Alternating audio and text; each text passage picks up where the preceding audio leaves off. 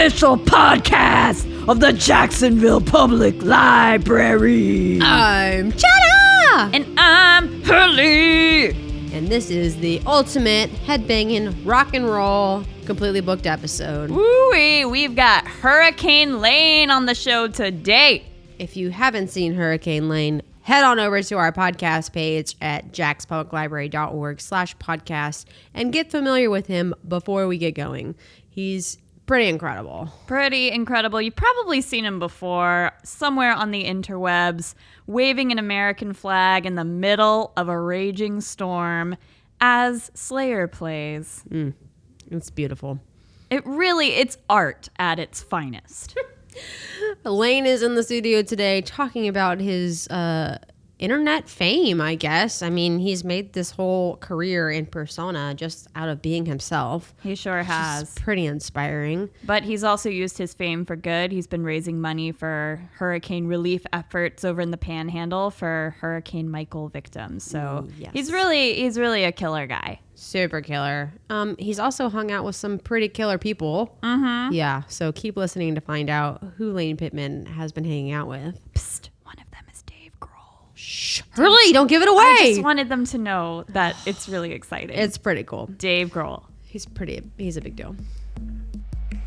Here he is.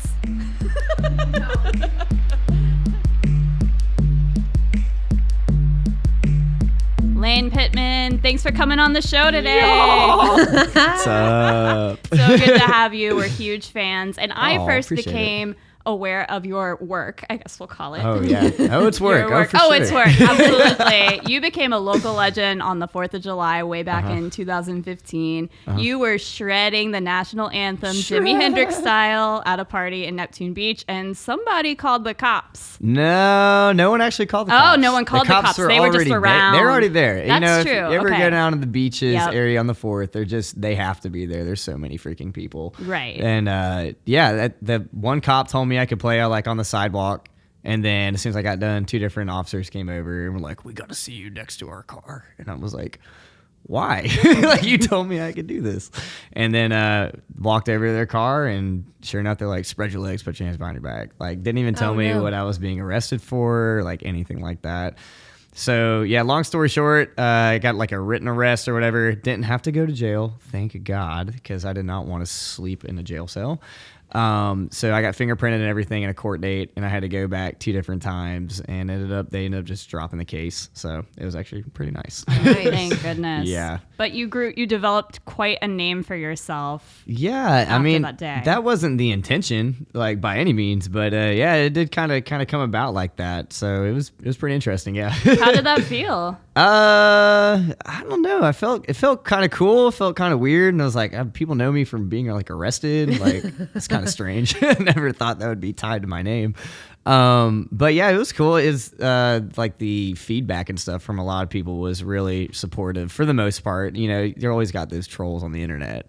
You know, that long-haired hippie got what he deserved. They should have slammed him around. I was like, geez, Louise. I was like, play the national anthem on the day of our people. Like, Just being patriotic. Right? Come on, man. So, yeah, I mean, I had a lot of vets reaching out to me, like, you know, crazy people sliding the DMs. "I will go to jail for you." Like, I was like, oh, don't do that. I don't want to go to jail. You don't either. Gee whiz, yeah. Yeah, but I think most of the reception was pretty positive. I mean, I know I saw that video, and I was like, heck yes.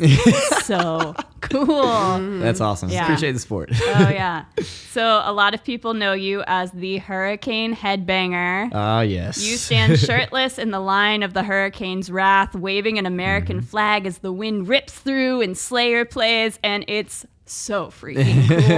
Thanks. So how did this heavy metal hurricane battle begin?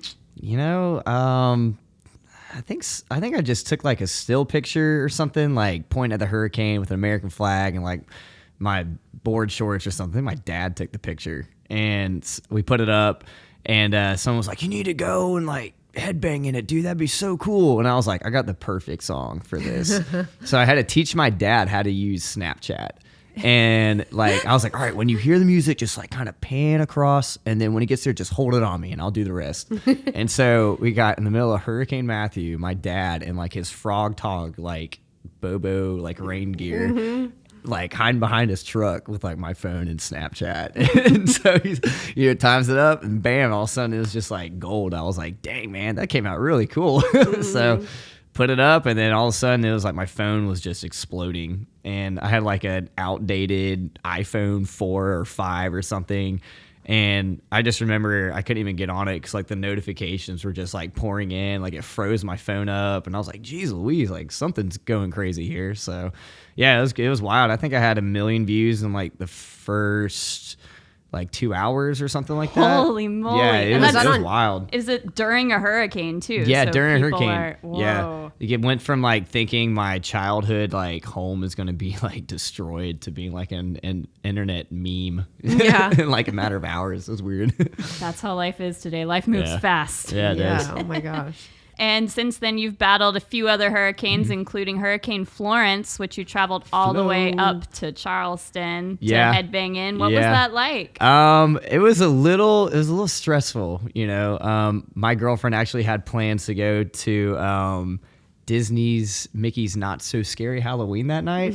So I was like, all right, I got to get up at like 3:30 in the morning, like drive up, fight this thing, and then like fly back. Can't make the lady mad. Can't make the maid. She already paid money for it. She was like, this is my date. I want to do this, blah, blah. And I was like, all right, I'm going to make this happen. Like, I've got to make it happen. So, I picked up one of my friends, and we drove up there and filmed it like a couple times. It just got the best take. And actually Fox News was like maybe 40, 50 feet away from us. We didn't even know it. They just popped out of the truck and just like, what are you doing? Why are you doing this?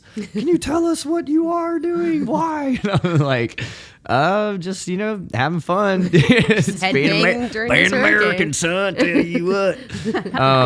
They got a real kick out of that. So it was super cool. I got a flat tire, had to change a tire in the middle of a hurricane. Oh man. Yeah, that was probably the most stressful part. I was like, oh dude, this is gonna really upset my girlfriend if I'm not back. I was like, I gotta get it done. Did you make it back on time? I made it back. I was like, I think an hour late, and she was pretty salty at me about it. But I was like, look at the video. It's so cool. Like, this is great. But like, Fox News. People love it. She's like, I don't care. I want to go to Disney. And I was like, all right, let's go. So hurricane preparation is a big thing that people are talking about, getting their hurricane kits together. Yeah. How does Lane Pittman prepare for a An hurricane? American flag and board shorts. That's all you need. Tight. No. And real talk, yeah, you got to stock up. You can't be done with your stuff. You know what I'm saying? You got a monster hurricane coming at you. Like, you got to know when you should run and when you should stay. Like, obviously, the news is going to over-sensationalize a lot. But that's to the extent of, like, they just want people to be safe. That's what I've come to. I'm like, that's so stupid. Why are they're being so fake? And I'm like, yeah, but if it's actually something and people die, they can't be like, oh, it's nothing. Like, you'll be okay. Like, So, especially like after doing some hurricane relief that I did this year, it's eye-opening seeing some of the places that they really, really, really get hit. It's good to be prepared for sure. And are you the only one in the world who looks forward to hurricane season? I think so. I don't know, man. There's Floridians. I got friends that are like, hurricane party, baby, yeah! Blasting 80s music and barbecuing through the whole thing. Like, I got friends like that. But I mean, I think I remember last year for Irma, I was out in California hanging out with actually Dave Grohl from the Foo Fighters. What? Yeah, that was crazy. So I remember they're like, are you going to be okay? Like, are you scared for like the hurricane? I was like, no, get me on the plane. Like, I got to get back let's go. Yeah. And they were like, okay, man. You freaking crazy Florida people.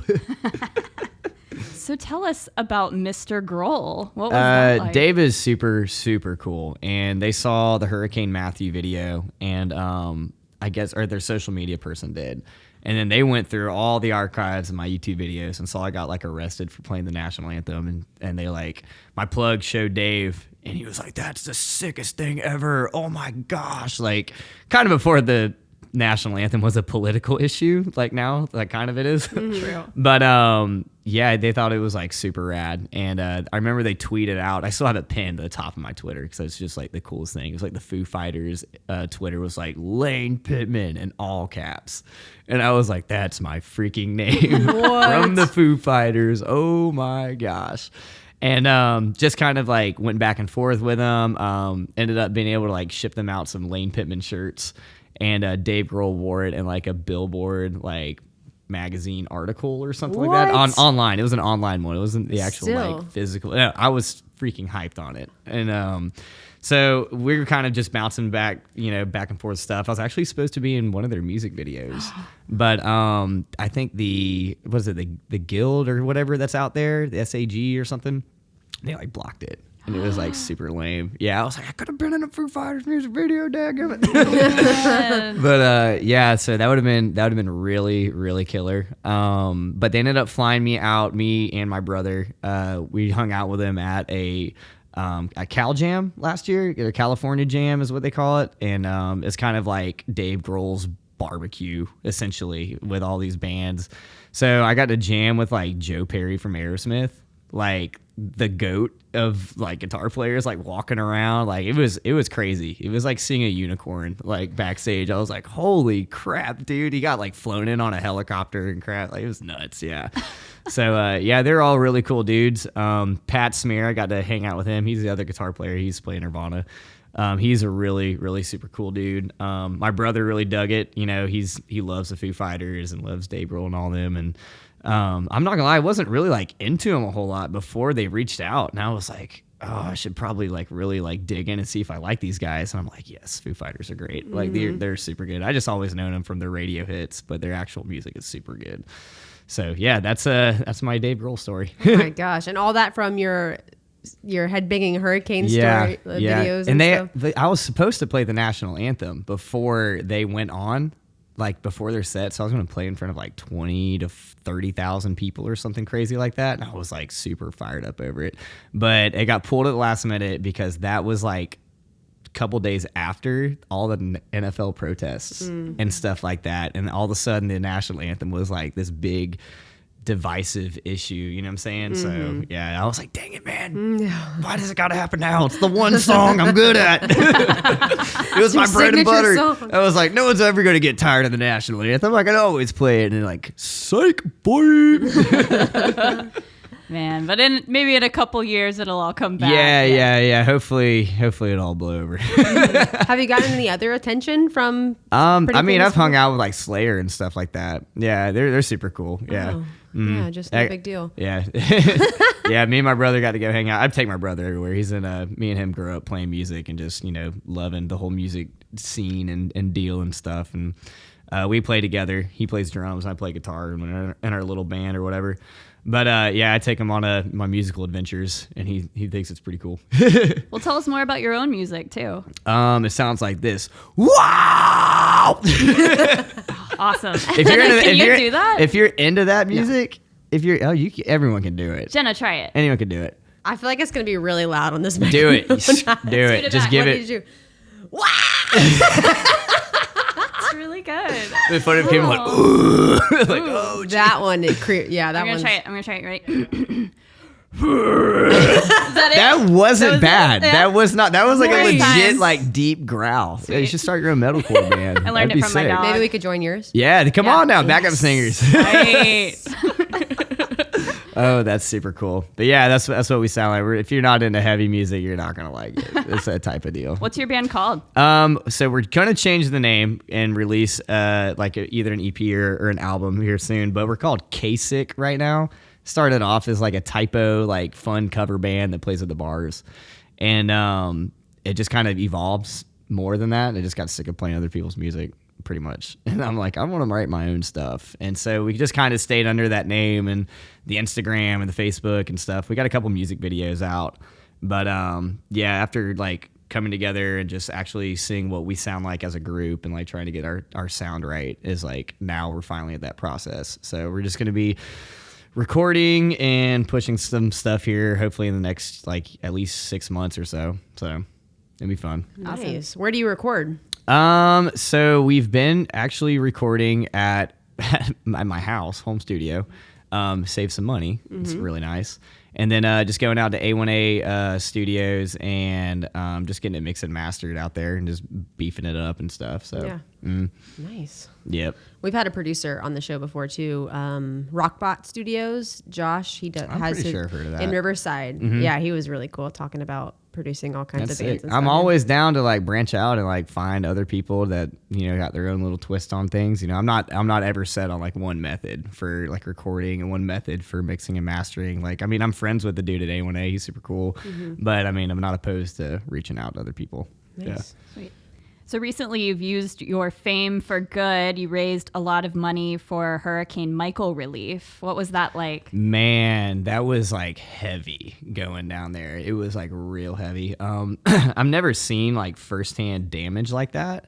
And just seeing like the way that it affects like people's lives and just seeing what they're really left with, you know, as far as like their home goes, like the areas that I went to Lynn Haven, which is like a little bit north of PCB. And and like this, you know, they don't make a whole lot of money there, you know. Like I was talking with a kid, did a ride along with a kid, and he was like stoked on making like, he's like $36,000 a year is like what the cops get paid there or something. He's like, you can live so good on that out here. And I'm like, that's like scraping a little bit in Jacksonville, you know. That's what my girlfriend makes as a teacher. So yeah, so they don't have a whole lot of money there, and just like seeing like the devastation firsthand was like really, really eye opening. And I'm actually going back down. Today's Monday, right? I'm going back down tomorrow and going to be hopefully giving out some more supplies and being able to like actually like, you know, maybe cut some trees up and like put some tarps on people's roofs and stuff like that. So hopefully it goes pretty good. That's awesome. Yeah. So I think when hurricanes or any natural disasters occur, people always want to help, but they don't really know where to start. What do you recommend? Well, I mean, obviously everyone's different as far as like, you know, if they want to do hands-on, if they don't have time to go out there and like help out. I would say do your research on if you're going to give money, do your research really well on who you're going to give money to. All the people that have given me money on my like GoFundMe's and stuff like that, I've really been transparent, like with how much money is going where, like what's being spent on like my gas, and then what's being spent on, you know, hey, if I blow a tire out on the way down there, I gotta pay to fix this tire. You know what I'm saying? Like if y'all want me to keep doing this, so you know. I'll be straight up with people about that. I don't think other businesses would actually show where their expenses are going. So I try and be as transparent with it as possible, like to the dollar, and just say, hey, you know, I got $1,000. I had to spend like, you know, $120 on gas to get there and back. And, you know, people are super cool about that, you know. But if you want to get hands-on with it and you really want to go out there and help, it's kind of weird, like I don't know, because people knew me down there, so it wasn't it wasn't like super hard to try and find like a place to get plugged into. For the average like person, I'm not saying I'm above anybody, that sounded so whack. I would say if you're just, you know, you just have a good heart and going down there, I don't know, man. I don't know. The Cajun Army and the Cajun Navy is really who I got plugged in with. And they're super, super cool, like down-to-earth people. I'm sure if you're willing and able, they would be able to use you and you could go down there. I would reach out to them. That's who I've been doing all this stuff with. They're super cool. So, yeah, that's my advice for like at least hurricane disasters if you want to help out. Are you still collecting money? Yeah. I always take money. There's never a time I wouldn't take money. And I'm actually going to go and buy supplies tonight and just load my Subaru up and go charge it tomorrow. But yeah, I mean, if anybody wants to plug out some money, like, you know, listen to this podcast or whenever this thing gets pumped out, yeah, I'll always take money and I always put it hopefully in the right place. So, awesome. Yeah. Yeah, the devastation is really crazy. I went towards Bluntstown and Alpha, Florida, which is just north of Panama City, and it was like just driving down I-10 and yeah. seeing how all the trees were yeah. just like snapped in half. Yep. It was ridiculous. Everything, it was like anything above 4 to 6 foot was just freaking like flattened out. It was freaking crazy. Yeah, it was like an apocalypse or something. It was really strange. It was. Speaking of the apocalypse, when I was riding along with that kid going out giving supplies, he was talking to me about it. He was like, yeah, like while the hurricane was like hitting, there was like tornadoes touching down inside of it. And I was like, that sounds like the end of the world. Yeah, like, it was really that scary. sounds freaking crazy. Yeah. Yeah. So scary. And I feel like too, I mean, just if you're on Facebook, people always are saying, you know, my family was affected, and, you know, reaching out to those people too, people that have, you know, no relatives or friends that live there, you know, always asking them specifically how you can help. Yeah, It's for always sure. a good way too. Yeah, and you are also a hype man for the Jacksonville Jaguars. Move on. Yes. Do you think you can help us turn the season around? Oh man, I try every season. I thought last year was finally getting over the hump, you know, but this year has definitely been a reality check, I think, for a lot of people. And obviously we've had injuries everywhere. We had so many people on IR this year, and last year we didn't have that. Everyone was healthy, everyone was good to go. But yeah, that definitely plays a factor when you have, like, you know, what is it, 2/3 or something like that of your offensive line just completely like switched up and rearranged. Like, yeah, it's hard to compete with top tier teams, you know, when you have those kind of injuries. So Right. Hopefully by the end of the season we'll have some people back. We can maybe turn it around. yeah, that'd be sweet. I just know the loss yesterday, man, that was a stab in the heart, dude. Yeah. I still got hope. We get, you know, anything can happen. We're 3-5. You know, what's the difference between 3-5 and 4-4? You know, it's one game. All right, we still got the rest of the season to play out. We got fairly winnable schedule, I'd say, on the back end. So hopefully we do some good with it. Yeah, I hope so. I think Blake could use his own personal hype man, though. Dude, I would love to be like best friends with Blake, man. He's the people's quarterback, like, for sure. So He seems nice. like such a bro. Like, just be super chill. I to, could like, see you hang out guys with. being friends. Oh, that'd be super killer. Have you Blake, if met- you're listening, hang out with me, bro. And Let's come on link- our podcast. Yes, Let's link please. up, dog. Have you met any of the guys on the team? Like here and there. Like, so when you're in, like, you know, that type of position, like your staff, you're not really supposed to, like, kind of interact with them. If they interact with you, obviously you can talk to them. And I mean, towards, you know, usually at least the last game of the season, they're a lot more open and a lot more just receptive, because, you know, they see us all year. We see them all year. But it's kind of like this weird, like, you're not supposed to talk to them, not supposed to, you know. So it's a weird dynamic. But for the most part, they all seem like pretty rad dudes. I'd like to hang out with Jalen Ramsey too. He seems pretty interesting. I'd like to hang out with Josh Lambo. Oh, Lambo! I got friends that are friends with him. Really? And he's a cool dude. Yeah. Yeah. Is he as eccentric as he seems, or like? He goes to the bars with a fedora. Yeah. If that okay. makes sense. Yeah. Oh, wow. He I goes can to the see beach that. bars with a fedora. I could see that. I mean, hey, he's got a good hat game. Yeah. Does he wear a vest? See, I don't know. He might All change right. it up from time to time. Yeah, maybe now that it's winter, fall, winter. Yeah, he'll maybe. break out the vest. Maybe. Who knows? I feel like you got to wear a vest with a fedora every now and then. Oh yeah, for sure. Yeah. So we asked this at the end of all of our interviews. We want to know, when you were a kid, Lane Pittman, what did you man. want to be when you grew up? I don't know. I started off wanting to be a football player, and then I went to, like, oh, I want to be a rock star, and then I was like, you know what? I don't know what I want to be. I just want to be me and just have a good time, you know, just, you know, affect the people around me, and hopefully that's for the best, you know. Hopefully people can be a little bit better off than they were when I first met them. So yeah, that's kind of where I'm at right now. Yeah, living it out. Yeah. For sure. Solid choice. Thank you. Thanks for coming on our show. Yeah, for Yeah, sure. it was For fun. sure. Yeah. Yeah, man, I'm stoked. As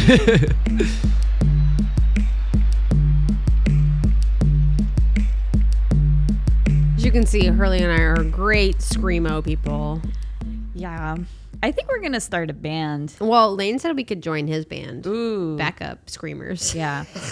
Is that a thing? I think, well, we could be like understudy screamers, because I think sometimes, like, screaming is a very all-encompassing task. I Like, agree. I think it's pretty physically exhausting. So I think we could wait in the wings and be ready to step on Right. stage Once and someone- release a little. It's really I've scary. been practicing. It's really scary. Thanks. Yeah. Once the original screamer passes out, then we come in. Exactly. Yes. Yes. His band is called K-Sick if you want to check it out. And if you want to record yourself screaming, you can come to the main library in the Jack's Makerspace and record your voice. You sure can. Release some beautiful music. We have a full recording and audio studio here at the main library. You can use for free whenever you want. Plug it up to your instrument. You can record yourself singing. It's pretty incredible. You can also record your own viral video using our green screen. Come on down to the Jack's Makerspace, and while you're recording some music, make your own hurricane video. You could probably get crafty. Yeah. Simulate a hurricane. Mm-hmm. Have someone wave some, I don't know, big thing in front of you to make your hair blow. Exactly. It could happen. Throw Yes. some leaves on you. It can all be done at the library. Please don't bring leaves into the library. Meh. But- we could pick them up. Okay. Don't tell them I told you that, though. Also, check out our video of Lane headbanging in the library. It's on our Facebook page and Instagram at Jack's Library, and on our website, jackspubliclibrary.org/podcast. And make sure you follow Lane on Instagram at thebigguy904. And he's also on YouTube as Lane Pittman.